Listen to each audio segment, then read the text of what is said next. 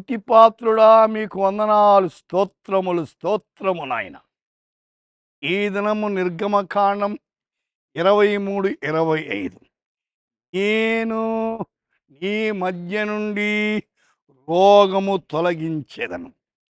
I will take sickness away from among you.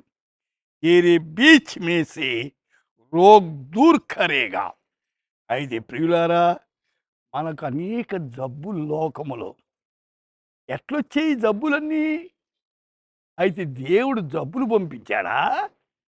అయితే మన అవిధేయతను బట్టి, మన పాపాన్ని బట్టి అయితే ఆ- ఆ యొక్క జబ్బులన్నీ వస్తున్నాయి. అయితే జబ్బుల్లో రకరకాలుగా.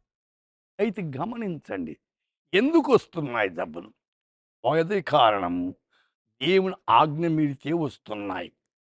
రెండవ కారణం, వాతావరణం వలన, తిండి వలన, గాలి వలన వచ్చే మార్పుల వలన జబ్బులు వస్తున్నాయి. అయితే దేవుని మహిమార్థంగా కొన్ని వస్తున్నాయి. అయితే ఆయన డబ్బులు బాగు చేసి స్వస్థపరచు యెహోవాను నేనే అన్నాడు. మీ దేవుడైన యెహోవా వాక్కును శ్రద్ధగా వినాలట. అయితే ఆయన దృష్టికి న్యాయమైంది చెయ్యాలట. ఆయన ఆజ్ఞలకు విధేయులు కావాలంట. ఆయన కట్టలు అనుసరించలేదా?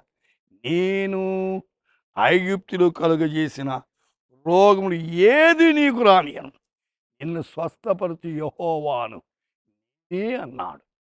కాబట్టి డబ్బు నుండి విడుదల డాక్టర్లు చేయలేని పని దేవుడు చేస్తాడు.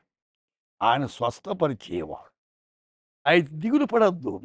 అనేక సంవత్సరాల నుండి రకరకాల జబ్బుతో బాధపడుతున్నానే అని దిగులు పడద్దు.